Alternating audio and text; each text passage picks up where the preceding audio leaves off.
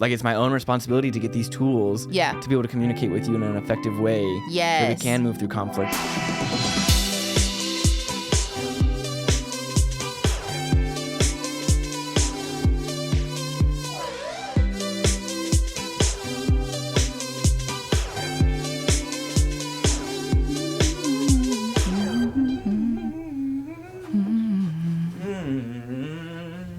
None of those are cute faces. I'm trying to take a cute picture of you. Oh.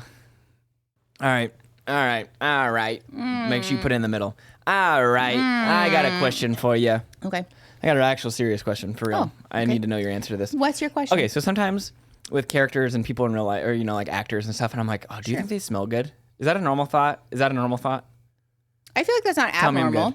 You're so good. Tell me I'm good. I don't know that I've ever thought about that. I like regularly am like, do you think they smell good in real life? Interesting. Yeah. I wonder about that. Yeah. So like Henry Cavill, he smells so good. I know that man smells like aftershave, like a mature leather and oak. Yeah. You know, but like now, like I don't know, like like Rudy Giuliani probably smells like shit. Like disgusting. Actually, like duty, or like Mitch McConnell. Piss. Mitch McConnell, I feel like probably always smells like piss. Yeah. Without a doubt. Or vomit. Yeah. So now I have some questions for sewers. you with that in mind. I'm going to go through a list of characters, and I think you're going to be very familiar with these. Ooh, okay. And I want to see what your thoughts are. Okay. You guys can play along in the bottom, too. Like what I think they smell like? Oh, yeah. Okay. Okay. Your girlfriend, Carlac. Carlac smells like motor ash. oil. No, I think she smells like campfire, but also something like oddly sweet. I'm so sorry. I think Carlac probably smells like sulfur. No, Carlac does not. Take that back. She has like a hellion but sulfur engine smells inside like of her. rotten eggs. I know. No, I'm telling you, Carlac I don't think Carlac smells like burnt up, like campfire. Like rubber, I think. No, Carlac smells like campfire, but also like the woods. This like is a Carlac fan club. Yes. To be clear. Yes. And I'm telling you right now. No, she smells good. I don't like. I think it's like the Febrezing, or like when you put Axe body spray on a teenage boy. Also, after... why are you asking me questions if you're going to say no? I'm just telling you. I think you need to be realistic. That's your opinion, but my opinion about a made-up character who probably doesn't smell like anything because she doesn't exist in IRL is that she smells like campfire and like a Bath and Body Works candle. To be clear, I want Carlac to smell good. Yeah, it seems like you don't. Bath and Body Works is Shadowheart. No. Yeah. What does Shadowheart smell like? Shadowheart smells like something herby. Like Shadowheart is the patchouli? like no. Like different kind of herby. Like Jahira's patchouli. Jahira smells like straight up incense. Like the classic like hippy dippy incense, like that kind of a thing. That's what she smells like. I love it. Shadowheart smells probably like mint and like. Would it be fair to say mint? What is Shadowheart? Like eucalyptus and mint. And also probably incense a little bit because she's too. like in the Shar and all the incense the temple. And stuff. Yeah, she smells like the temple, but also like mint and like eucalyptus. The temple would smell so dusty, right? And all the death and the blood in the body. Oh, it probably all smells like okay, iron. She's not a ballist. Yeah, that's fair. No. The temple of Shar after I guess she's not in the temple of Shar. Yeah, that's fair. Yeah. So Astarion. Astarion smells like aftershave. He smells like the inside of a brothel, probably. Really? Like all perfumey. I think perfumey for sure. You miss Astarion, don't you? What do you mean I miss him? Like that you cast him out of your camp. Oh, he's staying with me. In my second playthrough, everyone, I want you to know he's my ride or die. You have seen the light. I have seen the light. What are some other characters? Halcyon. Halcyon smells like herb. Smells like the woods. Do you think Halcyon... That man smells like musk and like pine. Yeah. Pine. Mm-hmm. Pine. He smells like pine and like straight pheromones. Like your grandparents when they move up north, when they decide they're done and they retire and they want to live like but in like cabin. A sexy way though. Grandparents aren't sexy. Yeah, that's fair. At least I don't think of my grandparents in a sexy way. I feel like his hand could probably like, without a doubt, I have such small hands. Yeah. And I'm fine with it. I embrace it. That man could bat you around with his big mitts. God damn. Can you imagine a slap on the ass from him? It'd be your whole ass. Damn. We read a whole Both article cheeks. about how wonderfully gay and queer. And I love it. I'll was link amazing. it in the description. We'll probably it's talk really about good. it on an episode to get it out of our jimmies. Who else? Let's pick one more character. What do you think Volo smells like? God, I don't know. I feel like there's a bit of piss there, but also like he's well traveled, but like also he seems fairly clean. So I feel like, but is anyone really clean in the those medieval medieval times? No. Also, Volo really does make the rounds. Like, he's really in the city all the time. So I feel like the city smells like shit. Yeah, I feel like he would smell like piss, not because he's like dirty, but because he's like walking around in the gutters all the time and splashing the piss from the gutters up on like the legs of his trousers, you know? It's like aura, like eau de piss. You know what I'm saying? That is the grossest thing. Visual. But also, like, if we're being realistic about medieval times. You're right. Because I said the thing about Carlac, so you're right. I don't even. He's stinky. Oh, it's stinky. I feel like he probably smells like somewhat clean because he's probably like showering or like bathing regularly. But also, he just has like the smell of a man well traveled. Yeah. I'm trying to think, is Lae'zel a wild card? Or Gale, I feel like, is probably just like. The same as Volo, probably. Yeah. Not like of his stinky, own. but like. Fine. You know, he's probably clean. Yeah. Lae'zel, I have no idea. What would a Gith Yankee smell like? I mean, I don't know what Gith Yankee smells like. Same, honestly. I feel like Lae'zel is probably actually really intoxicating. Like Lae'zel is the kind of person that like you don't want to like her because she's so overtly rude to you, but you can't stop thinking just absolutely disgustingly feral sexual thoughts about Lae'zel. Oh, shit. You know what I'm saying? I would, yeah. You like that though. I love it. I love it. You want her to be a little disappointed in you. Yeah. I want to let her down. Oh, God. Anyways, back to the episode. Love that we're outing your kinks on this episode. This wasn't even, we were just, this isn't even part of the show. Love that for us. Yeah, what are we unpacking today? Oh, boy. So we are actually talking about something that is a failed main channel video. For those of you who don't know, by the way, I'm the last person to like blow smoke up my own ass about like how hard it is to be an influencer. Because like it is a lot of work sometimes, but also it is a very charmed life in a lot of ways. I want to be clear about that. But this is one of the things about content creation that's kind of difficult. Sometimes they fucking do not work no matter how hard. And I got to tell you, when we try, we fucking try. How many times did we film that? Twice? Yeah. Those were not short videos either. No. Guess who edited one? Yeah. And I edited it all the way. And I was like, I don't like it. I'm sorry. And I said, that's the way the cookie crumbles sometimes. Yeah. So this was something that we made into a main channel video, and it just didn't translate very well. It didn't. And I wanted you to know too, we had the most wonderful. We had lunch. We talked about this video idea and topic over. We had our fajitas and our creamy chipotle burrito. Yep. And chips and salsa and margaritas. It was so good. And it was we had such a good conversation about it. Yeah. But it did not.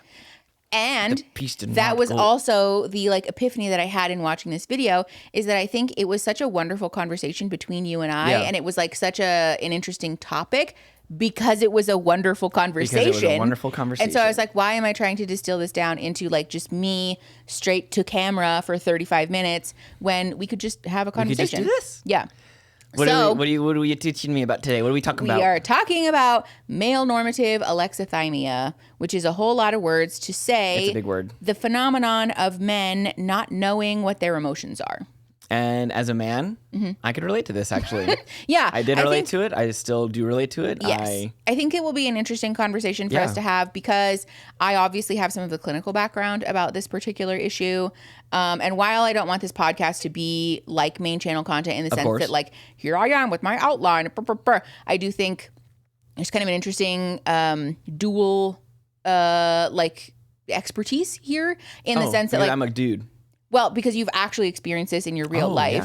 Yeah. We have talked about this in our own like work as a couple it has come up a lot. I'll honestly fully admit that I've definitely suffered from male alexithymia.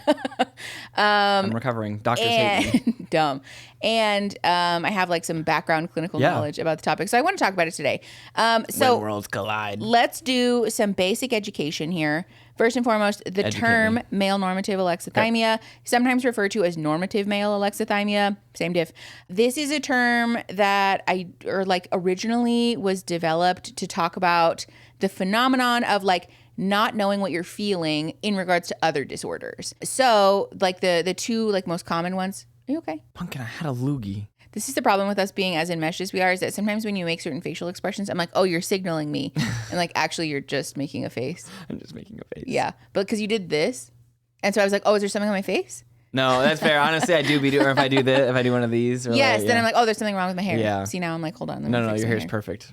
That cut was so good. Thank you. I got my hair cut recently and they did such a great job. Yeah. So, so alexithymia, just like as a term, has referred to the phenomenon of like not knowing what your feelings are in regards to autism spectrum disorder, and also psychosomatic disorder, which is essentially where like if you've been traumatized and you have like a bodily sensation associated with the trauma. We talked about this before, that like sometimes people experience like chronic pain, for example, in like a particular part of their body, but because that part of their body was featured in the traumatic experience. And so when you don't have the words to express an emotion, your body sometimes tries to like make you aware of it. Oh, I just had a thought with myself or something, but not related Wait, to the podcast. really?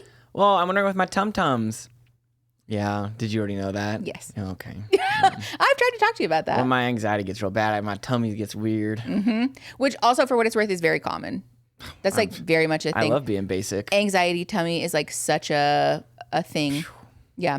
But yeah, so alexithymia was like the fancy word to refer to that phenomenon. But people have been talking about this a lot lately on TikTok. I think it's so funny how stuff just like, it's like you would think there was some concerted effort. I know. By like, there's like a faculty or a committee somewhere that was like, okay, this month's, or not, more like this week's, on TikTok's case, more like this 48 hours is going to be devoted to talking about how men don't know how to feel their feelings. Yes, 100%. Yes. Yeah, so people have been talking about it a lot on TikTok, especially in regards to the like people's marriages are ending phenomenon. Yes, and I also saw an article today too that ties in with that. They were saying like since the Beyonce tour and the Taylor Swift tour, celebrity couples or like marriages have been divorcing more. Interesting. Or there've been a lawyer has noticed there's been more celebrity divorces and stuff. But also I think too, this goes back to my topic we talked about a little while ago. Like people on TikTok and women aren't taking just the bare minimum shit anymore. Yes. So like there's a bit of a like, could we call it third wave feminism by chance? Fourth wave? I'm so sorry. Fourth or fifth, I think, probably at this point. Who's keeping track? Honestly. But yeah. But no, it is very much that, which actually is kind of why I want to talk about it too, because my own personal pet theory is that Venus retrograde had something to do with it also, but that's neither here nor there. But no one would ever want to admit No. that it could possibly be anything to do with the stars. Of course not. Ew, it's not evidence-based. Astrology's for fucking idiots.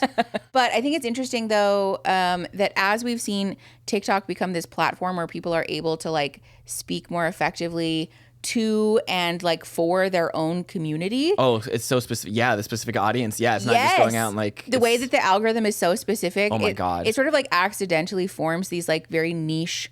like sub communities of people who then like feel empowered to talk about these things that nobody has ever talked about before. If you thought subreddits were crazy. No, literally. Yeah. So yeah, this has kind of become like a thing where people are talking about.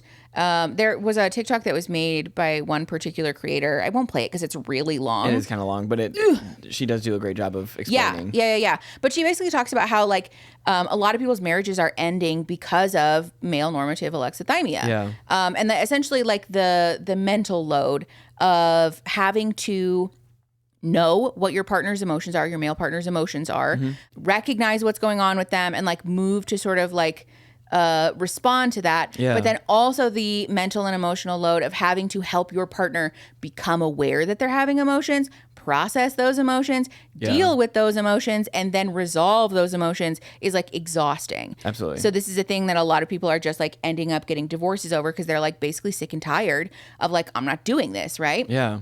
And especially when male partners are like not receptive to the existence of that phenomenon, then it becomes a thing where like, I'm not going to debate with you then about like the reality of this thing that like I am very much experiencing, but just because you, not us to be clear, but like just because I'm. Thanks for clarifying. I don't want people to think I'm like, I made this whole podcast episode to yell at my husband on the internet. You're actually about to get your ass fucking burned. No. Welcome to your roast sesh. To be clear, we have had like our own issues with it, but I feel like we're in a much better place. Like we've worked on it a lot in our own therapy. So. Well, and I think too, also this is something else that's interesting to me when we talk about dating and stuff. Yeah. Is that it's always the like men think they're fighting against other men. Oh my God. Yes. You're guys. Yes, you're not. Well, there's for the few of you that are here. I know. Hello, hi.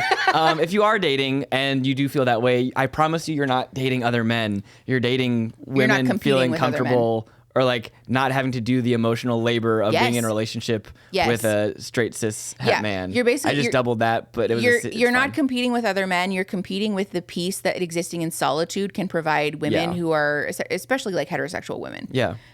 Which is like such an interesting paradigm shift because like a lot of people have talked about this, right? That like people generally speaking are partnering less and less, and like especially legally, people are getting married later and later in life. They're delaying the onset of their first child.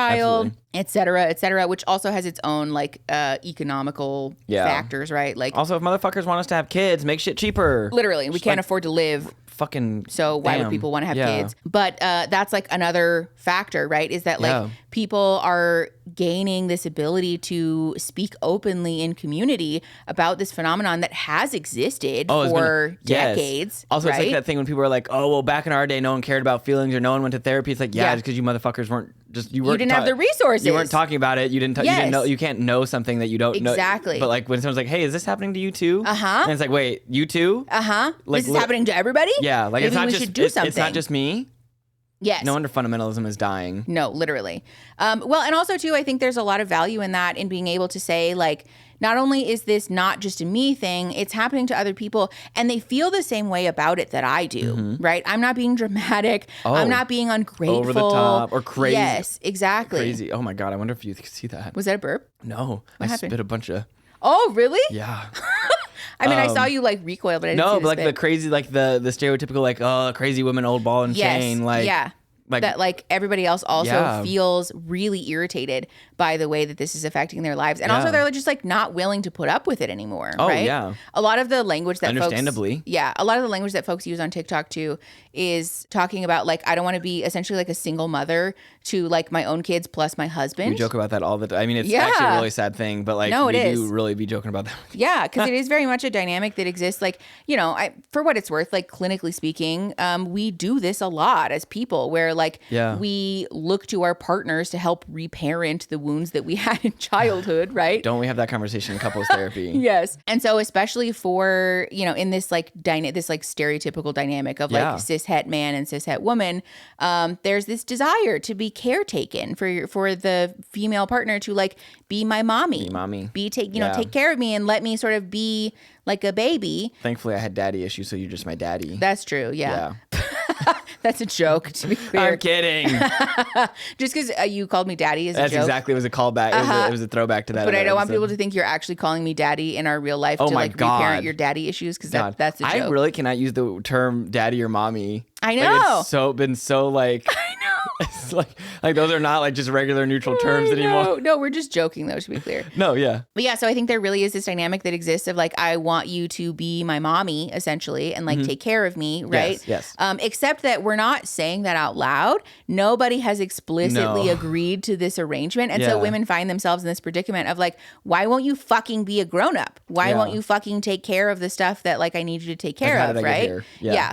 The other way that this manifests that I think is really interesting, this is more so like a commentary on like the idea of the mental load generally. This is the place for it. Tell me. But the commentary of like, well, I will do what you need me to do, or I'll help you, but you just have to tell me what you need help it's with. still mental load. You're not taking the mental load. Yeah, that's something we. Do you want to talk about that? Oh, the mental load. Yeah, I think it's so interesting because you don't realize, because like, sure, you can give me like if you ask me like if there's stuff that I can do to help you out. Yes. Yeah. Like you're still having to, and I run into this like this can apply to like so many different things. Yes. But like very much. Or very often. Yeah. Like if I have to tell you and go out of my way to like explain how to do something, if I have to, I mean, just like frame it and try and like even take it out of a relationship. Like look at something at work, or like if I have to explain to someone how to make a burger. Yes. And I'm like, okay, so you got to go grab everything. You show them where everything is. Here's your patty. Cook it on this. Flip it over at this point, and then like this, and this. And there's like all these different pieces to it. Yeah. And then like if I have to watch you do that, or like caretake that process to make sure it turns out good, then like I'll just make the fucking burger myself. Yes. Like why did I even like you're not actually helping me at this point make this fucking burger. Like I just like I'll just do it. No, exactly. And then it's like or like I'll just order one. You can just sit there on your phone and I'll order one and like someone else. Like why would I put myself through this fucking extra? Like I would have just I could have just done this. Yes, exactly. But now I'm expending double the energy because I'm not only teaching you to do it, I'm still having to watch you, and then so I can't even go do something separate. Correct. Like if I need to go make the fries. Yes. Like I can't. I love food references. I know. Or like worst case scenario, they do say, okay, fine. Like you can caretake me through this process. Give me all the instructions. Write me a pamphlet about how to make a burger. And they say, I got it. Yeah. And then they serve you a raw burger. And they fuck it up. Yep. And you're like, I'm never gonna trust you. And then just never twist mind. it. And this is parenting. Yep. And cishet relationships like 101. It seems like when we get them, they're like, okay, well, fine. Now we have exhausted mom talk where like no wonder they're all. Oh my god, it's so sad. It's really honestly exhausted mom talk is sad. I honestly have never like. It's pretty rough. The videos on there that people are like making in earnest are pretty soul crushing. Yeah, these people talking about how like, you know, they're so grateful for their life and everything's so good, except that like when I come home and like my husband's sitting on the couch and doing nothing, and I just like, you know, lay down on the ground and refuse to do anything because that's the only way that I get like rest time or whatever. It's just like so depressing. I know, and sad. And to be clear, when we say sad, it's like very empathic, and like I just can't. Well, I think the thing about it that's sad is that these women make these TikToks again in earnest because they're sort of like making a joke about like, ha ha ha ha, my husband is useless. And like presented in this way of like, I am exhausted by parenting my kids, working a full-time job, taking care of our house, and also doing mothering my husband. Ha ha ha ha, isn't that so funny? This is so normal. And like people are like, no, like this is not okay. It's like very much the Fundy thing too of like we struggle so much with marriage. I almost want to say, I don't want to go off tangent too much, but that thing you read me about how hard marriage is. Oh, so bad. God. So bad. I feel so like, I just feel, we had a conversation. If you want to get off tangent with it, we can. Yeah, but I think we should. If you want to read it, go for it. I don't want to read it verbatim because I don't want to at that person because they're not like a big Fundy. They're like a smaller Fundy. Either way, though, it basically, to summarize, essentially was saying that like if your marriage is easy, like don't judge people who do have a hard marriage. Yeah. And it's not like living and being married to your complete and polar opposite is really difficult, and communicating when everything you do, when is everything, the opposite. Yeah. And when you disagree on everything, it's exhausting to be in a relationship. And it's like, how did you get, but then we also, it tied the pick me stuff too, we talked about. Yeah. Well, yeah. Cause so to further explain. Yeah. Thank you. There was a post that was made by a minor Fundy in the, that got posted to the, Fundy Snark subreddit. Basically where this person was talking about how like everybody assumes that your marriage is bad if you talk about how hard marriage is. But really the people who have easy marriages probably just married someone similar to them. Fucking like cheating, like it was cheating. Yeah. And the subtext being sort of like, oh, like you took the easy way out, or like what a, you know, like little, you know, like sad, like I'm so much better than you kind of, because we have a hard life. It's giving like I have to, if I'm not working as suffering, then like, and now I'm better than you because I'm trying so hard. Yeah. And so this person made this post talking about how them and their husband are just polar opposites. Everything about their life is difficult. Don't agree on anything. They find communication constantly difficult, and like expressing love in the way that your partner wants it, constantly difficult. Yeah. Receiving love in the way that your partner expresses it, constantly difficult. And so they were just talking about how, you know, like this whole thing's so hard, and like we should be nicer, basically. Yeah. Because like stop assuming that my marriage is bad.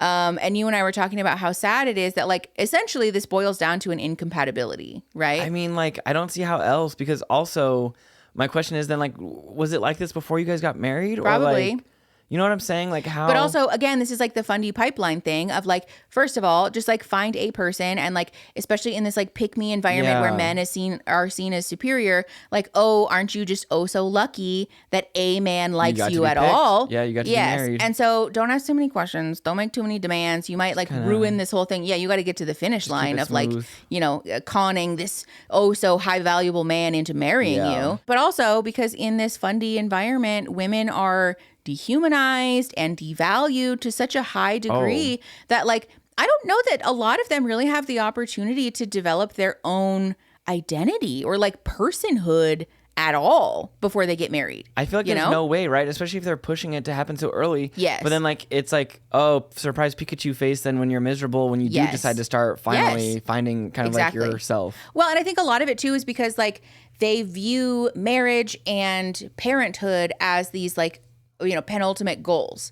These are the things that make you a grown-up. As long as you get those check boxes, you're good. You're good. Golden. Yeah. And so I think for a lot of people, the expectation is that like my life will really start once I become a wife and a mother. It does actually, that is like really like the undertone of it. Like you don't actually get to be, well, and we talk about that all the time with motherhood and everything. Like you don't get to be a person. Yes. Until you've completed these milestones. Yeah. And even then still you're going to be like dehumanized and devalued. You're not like as much of a person as men are, but like at least you're a person. You did the thing you were supposed to. Yeah. And so I think especially conversations about like how do you approach cleaning your home, right? Like first of all, how would they know?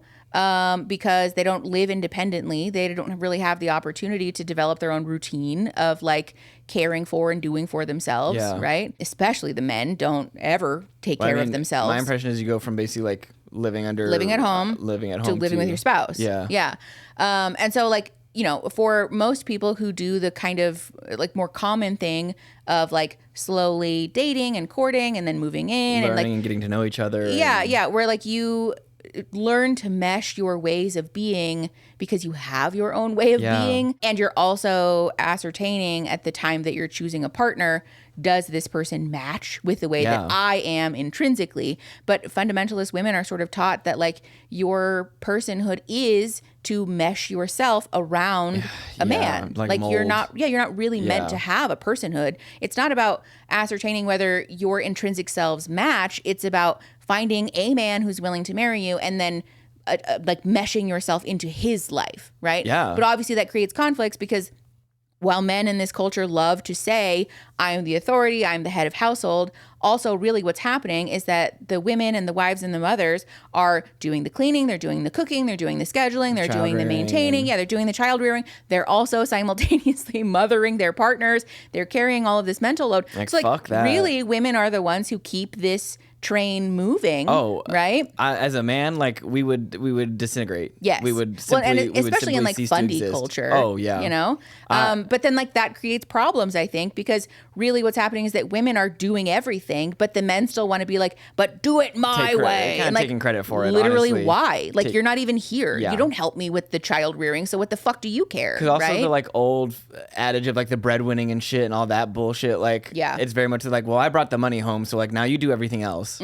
Like no, fuck that. Literally, but also too, like no one's saying marriage isn't hard either. Yeah, marriage can for sure be work. Because I think that's the thing too. I don't want to discredit too. Like having a relationship with someone and a long-lasting relationship with someone is a lot of fucking work. It is hard. It requires you to care and like put in effort. At no point, because we were talking about this too. I was like, at no point have I ever been like, wow, I hate communicating with you, or everything I bring up to you is going to be a fucking argument, or like everything about you, I just can't stand the way that you are. Yeah. Well, and I think that's the thing too that like is an important piece of nuance in regards to this conversation about like the fundy, like we hate each other phenomenon.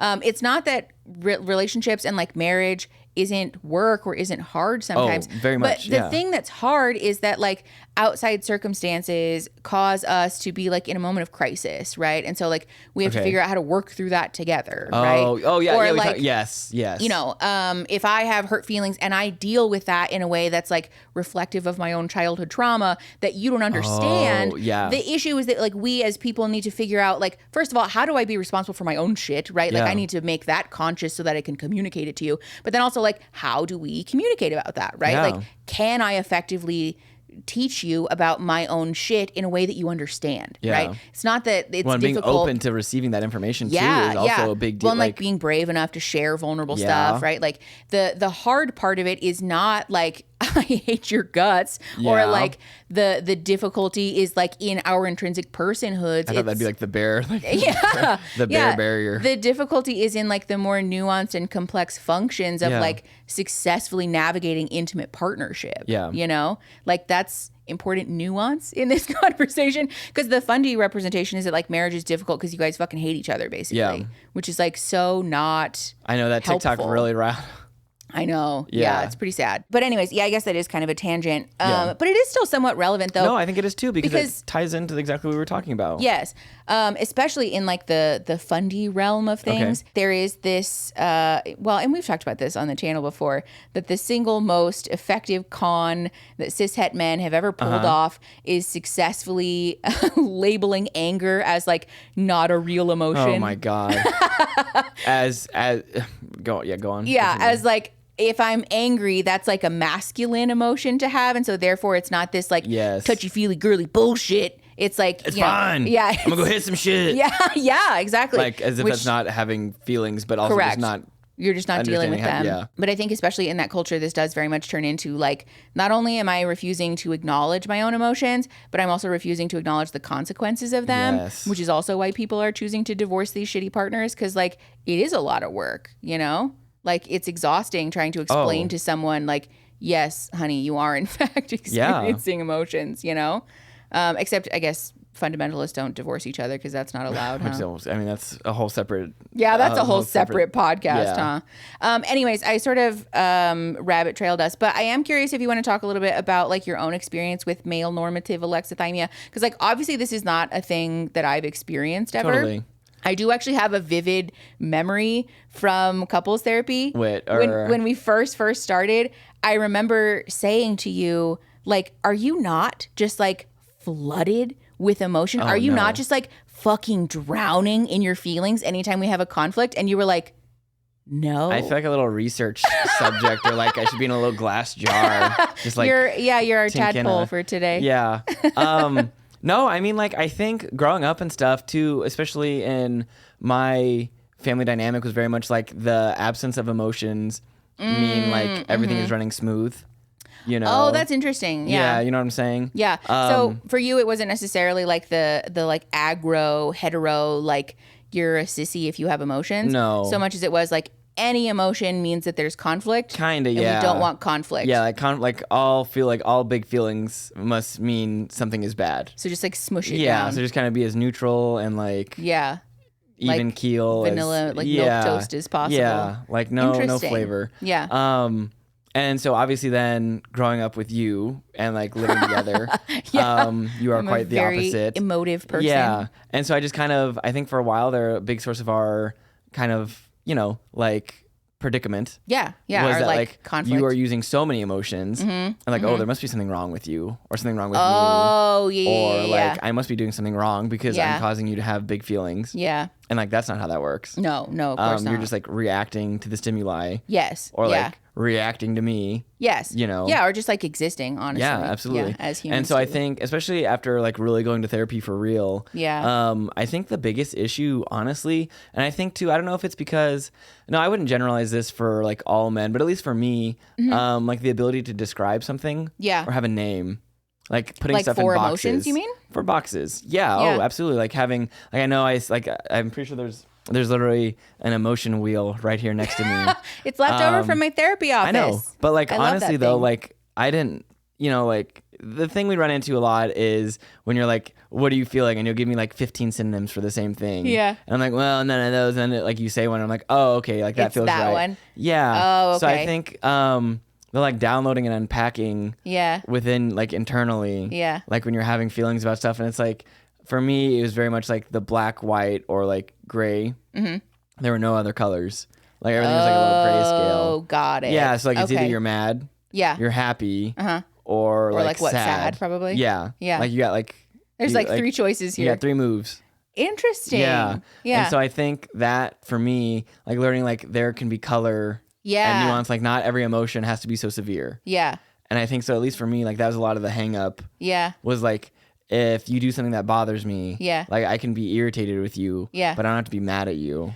Oh, you know what I'm saying? Like recognizing that like emotion exists on a spectrum of intensity, basically. Yeah. Instead of interesting. Just instead of just like, oh, you did something that made me mad. I'm pissed off now. That's so funny. Yeah. Because that's almost like the exact opposite of my childhood. Explain. Where like, okay, so growing up, obviously, like I'm a very emotive person now, but in childhood, like I am emotive because I saw the adults around me being emotive all the time, right? Like we talked about this before, that in childhood, it was very normal for me to see my parents in conflict. Yeah. Like which I think our parents were sort of opposite ends of the spectrum there, where like my parents didn't hide conflict from us at all, which was very dysregulating. I think I learned about conflict from you. And your parents didn't model conflict in any way. Yeah.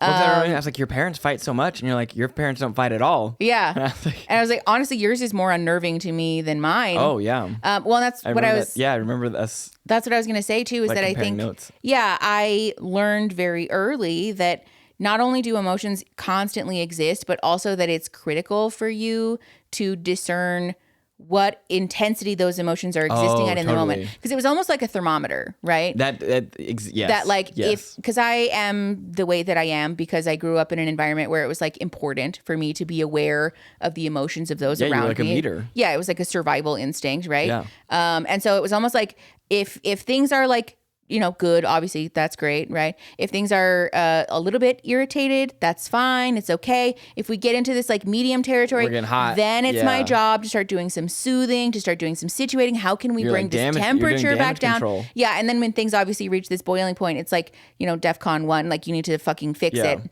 Figure it the fuck out.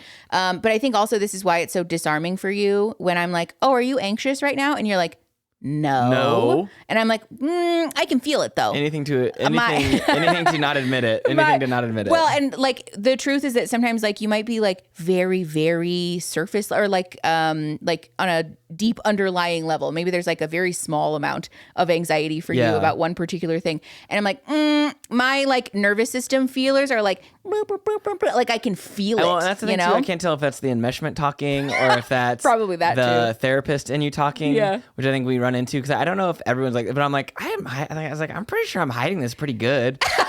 And I'm just like, and I'm like, yeah, you're like a lie detector. You're like a lie detector. You're just like, I'm like, I know. Like, I was like, there's no way this motherfucker can tell. Somebody said on stream the other day that my bullshit meter was out. Oh, so many times I feel like that. I feel. Oh, like in a social situation, I was like, oh, maybe not so bad or whatever. Like, and then you're like, no, like not good. Like and then learn something. And you're like, you were right. Yeah. So I'm like, I had never had a chance. Yeah. To be fair. No. But I mean, like, I think also too, like, that's part of the conflict for us is that I will pick up on like the most minute amount of emotional expression from you. Sometimes I feel like before I even. Yes. Yeah. And so when I'm like, oh, are you anxious? And you're like, no. And I'm like, yeah, you are. And you're like, well, I don't know. Yeah. And so it almost becomes this like self-fulfilling prophecy where I'm like, bit. you're anxious. And then you're like, well, fucking now I am. Oh, now Thank you. I wasn't before. And now I'm like, I'm anxious because I don't know why I was supposed to be anxious in the first place, but like I should be anxious now. Yeah, exactly. No, honestly. It becomes kind of this weird circular thing. Do you think there's a position or like I guess, is it a good or a bad? Is there a way to like overfeel feelings? Oh, yeah. Yeah. What is that? What 1,000%. Well, I think especially. Like, is it like a sensitivity? Well, like, yes. Okay. So like, multiple answers. Okay. I want them all. First of all, people do this where like we dwell on emotions. Okay. This is a problem of mine where like I feel that, yeah. Like wallow in the feeling. For me, it's kind of like a weird sort of like this sounds fucked up. It's almost like a self-harm thing. Okay. That like helps me to process through the emotion where I like almost need to torture myself with like feeling sad or feeling hurt or angry or whatever. I feel that with shame and stuff. Before I can like finally let it go. Like release it. Yeah. Totally. You have to like sit in the shit for Yes. And I think the degree to which I do that is probably dysfunctional, right? That's like a thing I'm working on. I feel like you've gotten a lot, but I feel like very much early on in our relationship, I feel like that was very much like the coping, like like the sad music playlist, and I'll just like lay on the bathroom floor for a few hours and be depressed and like, babe, that's not normal. No, like stop doing that. Not that it's not normal, but like that's not healthy for you. It's not the best. Yeah, that was like one of the big catalysts in our relationship that you were like, you should probably talk to someone. I remember that. I know, it's crazy to me to think that I was the one that asked if you wanted to go to therapy. Yeah, and I was like, I don't know, like maybe. Had you started going to school yet for therapy? Yeah, you did. So I was in school for social work, but at the time I wanted to be like a court-appointed special advocate for kids. I don't think I was doing like clinical social work concentration yet. Yeah, God, I discovered that by accident. Yeah. But yeah, so I think I do that a little bit where like when you dwell too much in the emotion, then it becomes like dysfunctional and like a thing that not only is like a time issue. Oh, okay. Clearly. That scared the actual fuck out of me. Oh my God. Oh. Hi. Hi, hello. I thought there was an earthquake. That poor man is probably like, why are these people always here? Oh no, he's like, when I'm trying to do my job. I know, we do get in the way. Do you ever think about how often we spit on the microphones? Probably. Nope, but I am now. It's a little gross. All right, sorry, we got distracted because there was a loud noise and I got startled. It happens. But yeah, so I think I do that where like, when you wallow in it to a degree that's like not healthy, then it becomes like a time issue, but also like, again, like the self-harm thing almost, which is like not good. Obviously, that's not the way that we want to be dealing with emotions. But also, I think sometimes we do this where like, instead of actually feeling your emotions, you're like thinking about them. Oh, all the time. I do that all the fucking time. Yeah, you're becoming like fixated on like the stories that we tell ourselves surrounding the emotion. And so then you're like not actually processing effectively, you know? I feel like that's been like the biggest thing too, is like not being so critical of them, or like it was almost like a spot like for judgy. me. Yeah, but it was almost like a form of like paralysis where like if I don't have the perfect word, because I'm very much like type A in that situation. Yes, yeah, where I'm yeah, like, yeah. I don't want to admit that I'm mad when I'm actually, I don't know, fucking slightly perturbed, frustrated, you know, or distant or critical. You know, like I'm feeling very critical right now. Yes, yeah. But like if I don't know the word critical and I can't get it on my head or in my head, then I get stuck. Yes. And I'm like, well, now I'm mad and I'm frustrated because I can't think of what the appropriate emotion is. But like I know I feel something. I just don't know what the fuck it is. Yeah. You know what I'm saying? Yes. So I think that's very much like the hang up for me a lot.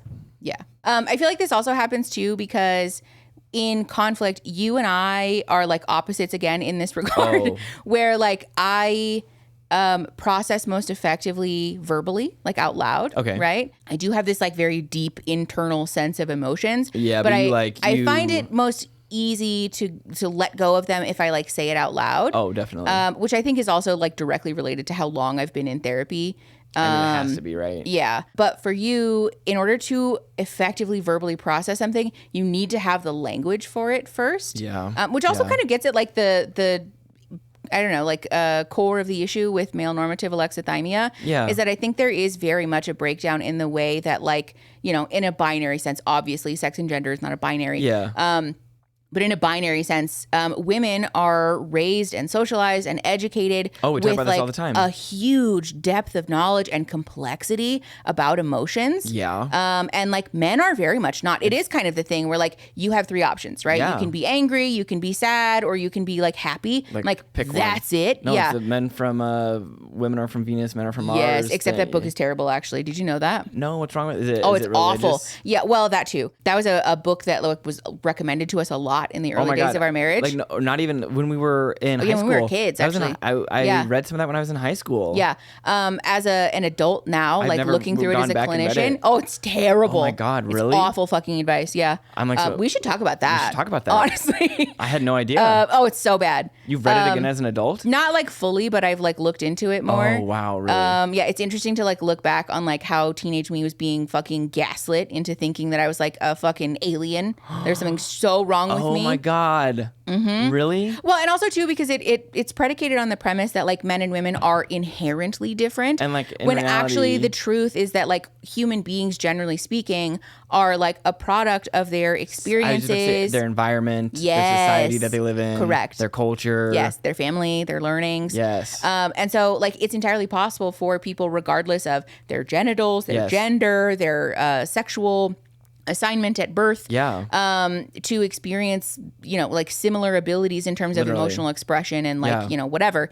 But the problem is that like when society views you a certain way and it chooses to consciously educate you about a topic in a particular way that like disadvantages you, then you then have to like do extra work on the back end basically to like unfuck the way that you've been disadvantaged by society. You know? I feel like it's that thing too where like we're not actually addressing the actual issue in the room, like 1,000%. problem. We're like deciding all the other things around it. Instead, it's like, oh, like people are just culturally or societally being told this. Yes, exactly. Like, and like if we address this like at like the missing, root, like the issue is here, and we're just like walking around it. Well, and that's also kind of what the book does basically, is like trying to give people like strategies for working around their inherent differences, because men and women are so different. And like actually what we should be doing is just addressing that like societally and systemically we are first of all disadvantaging men by not providing them with like the language and the opportunity to have very normal human emotions, but we're also disadvantaging women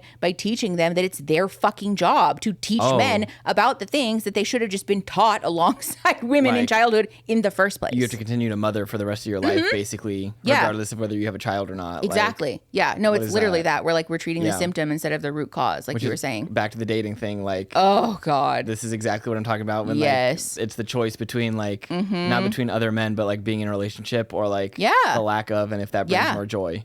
I feel like that's also such an interesting conversation too, because a lot of people, like, especially I think, you know, like cis het men who are really committed to like the alexithymia thing will hear that and think like, like that doesn't make any sense. So basically you're choosing to be alone and be sad without a partner then, because being partner to a man is like so annoying. And like, actually the truth is that women have such emotionally intimate and deep and like meaningful relationships with other people who are not cishet men.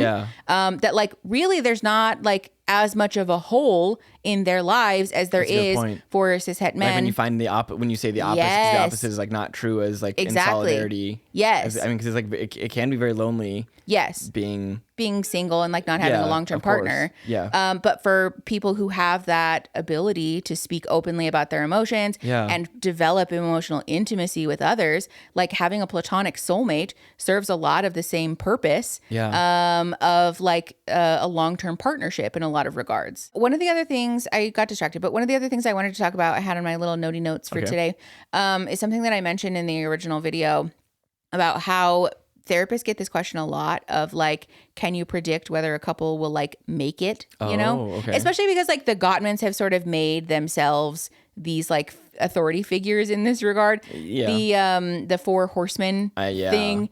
People use that oftentimes as like a fortune telling thing, which literally personally I really disagree with. But therapists get this question a lot. And I feel like that's a useful topic of conversation in regards to this issue also. Like the four horsemen or something else? Well, like, can you like clinically predict whether a couple will make it or not? Can you? Not, well, like, I guess, but like more so the issue at hand, in my opinion, as a clinician is not like the particulars of what you're fighting about so much as it is the way that you're fighting about it. Okay, you know? I think that makes like we kind of touched on this earlier, right? But like having a partner who is able to understand and relate to the complexity of your emotional experience is going to be a lot more valuable and like useful in your conflict resolution. And so it doesn't really matter if you're fighting about like sex or family. Like whatever, we talk about that all the time, like the way you communicate through your issues. I have had that conversation with so many people because it's just like I think the thing I run into a lot in my own personal life is like the commitment to not understanding your partner. Is like the crazy. Thing. I think the inability or like the lack of interest in wanting to learn new techniques or methods or strategies to communicating with your partner. And then ergo turning into like this weird belly up, like, well, I just won't do anything then because like, what's the point? It always leads us to the same place. And I think for us, like we kind of did that, like the insanity thing where like you do the same thing over and over expecting to get the same result. Sure. And something we actually just recently talked about in couples therapy. I'm looking forward to our next session actually. Me too. But it's like breaking this cycle because we've talked about this too in the past is like at our worst when we were having the biggest issues. Like moving through conflict, like the biggest trouble. Where things would take days to resolve sometimes. Whereas like now, or like, but in order to get to a place where we are now, we're like, we can move through conflict pretty quickly. I feel like. And like pretty successfully and like also feel pretty seen. While doing and it. like feel good at the end. It's not like you're left at the end feeling like this weird hollow. Like, I hate that. Like, that's are the we worst. better? Are we not better? But like in order for us to have done that, and I feel bad because I can't exactly say or remember now exactly what we changed or like, I can't, I can't remember how we used to argue before. I guess lots of me like kind of stonewalling or like withdrawing. We were very much doing the like pursuing and withdrawing thing where I was pursuing and you were withdrawing. Instead of like both coming to the table. I think that's the thing too is like something we figured out not early on but kind of like one of the like aha moments for us was like moving through like it should be very much you and your partner against X. Against like it doesn't have to be a person but like whether it's issue. Money or whether it's like again, like family stuff or whatever. You can apply it to anything, but like you two are a team. Yes. And I think the thing that comes up a lot, or I notice in like cis hetero relationships, is like it's very adversarial. Like it's me against my wife. It's my wife against me, you know? And so like it just turns into this weird like actual fight.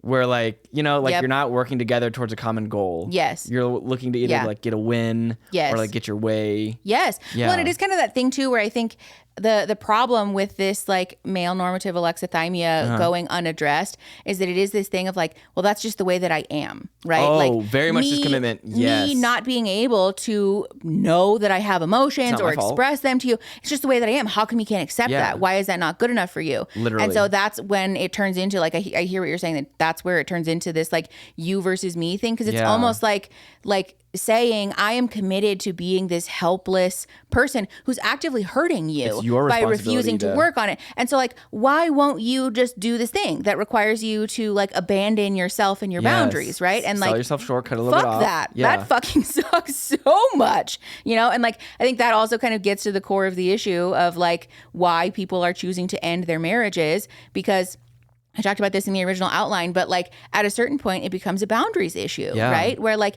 it is not my job to like educate another adult human being about their emotions or themselves or whatever. And I think for men who become really committed to this like you know, I don't know my emotions and that's not my fault thing.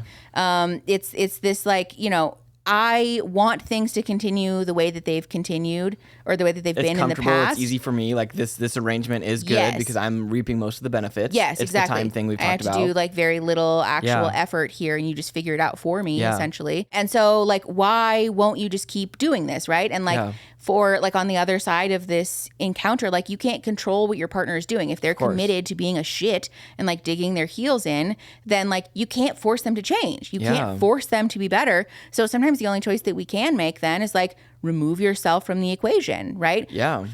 Discontinue providing free emotional labor. And like that, generally speaking, like, you know, based on like what a lot of the community reports is and stuff, like people talking about this in social media and like, you know, public discourse, whatever, means that like the relationships become distant and then ultimately there's like the dissolution of a partnership, you know? And I think too, it's the, and I think you'll be able to segue this really nicely.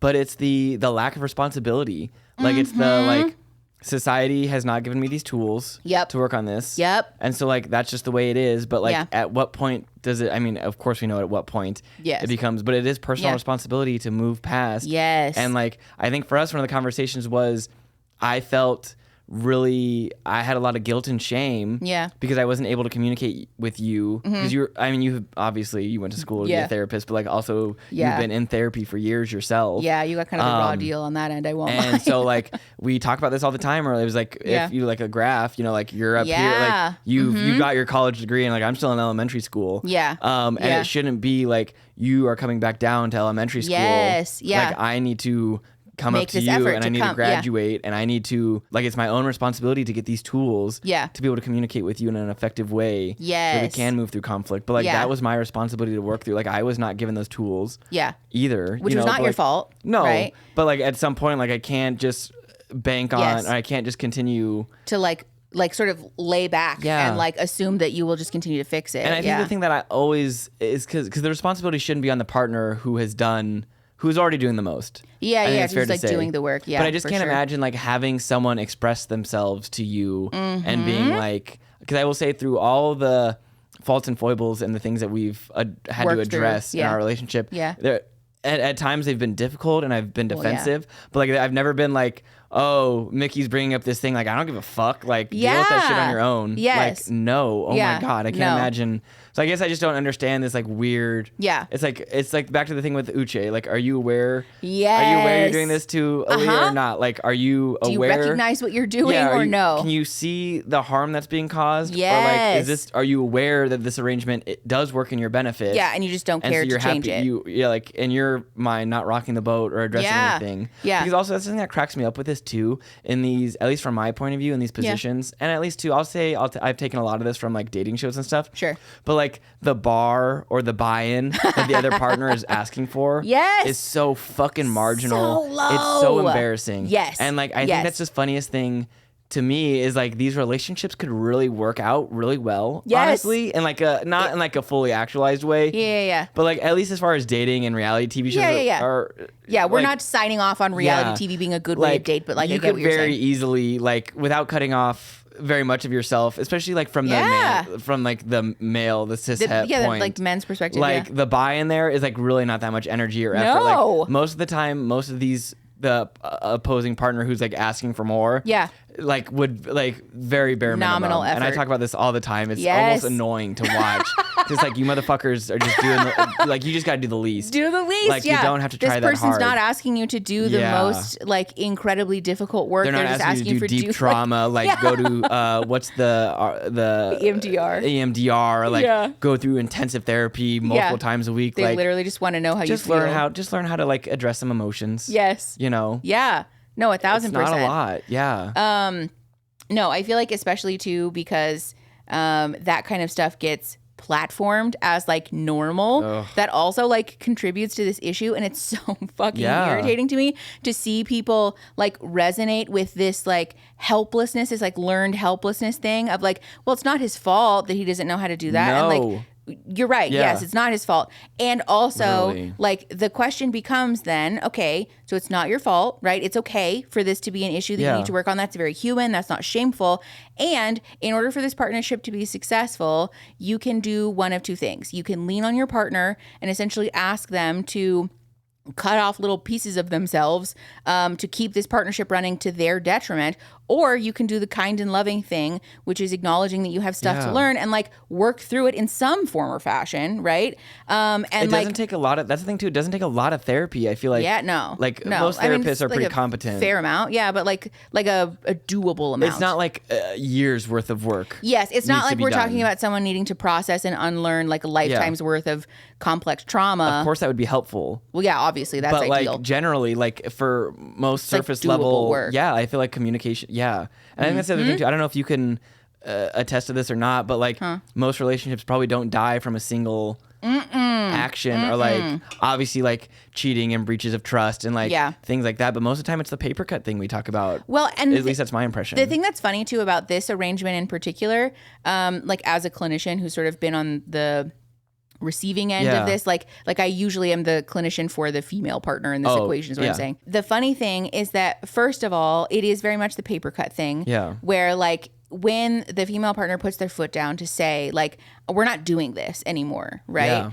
I'm not doing this. Like I'm setting my boundaries to say that I'm revoking my coerced emotional labor.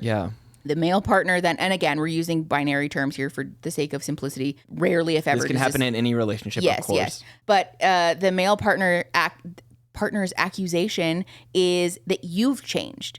You, female partner, have changed the dynamic of our relationship, and that's not fair. And so I don't like that, right? In reality, you're getting left, or like you're getting left behind. What's happening really is that your female partner is just doing the thing that you're doing, right? Yeah. They're setting boundaries. Well, not even. They're setting boundaries to say, I'm not overdoing, right? I'm going to contribute what is actually a healthy amount. And so the male partner has this like self-righteous indignation of like, why are you asking me to do so much? From their perspective, it feels like they're being abandoned and they're being asked to put in this amount of effort that is just like unequal and unfair. And actually what the partner is looking for is equity. They perceive equity to be like to their detriment, which is like the root of the problem, you know? And the funny thing about this is that for the, you know, in the scenarios where the partner is willing to say like, okay, fine, I'll work on it. Oftentimes what happens is that they work on it for a week.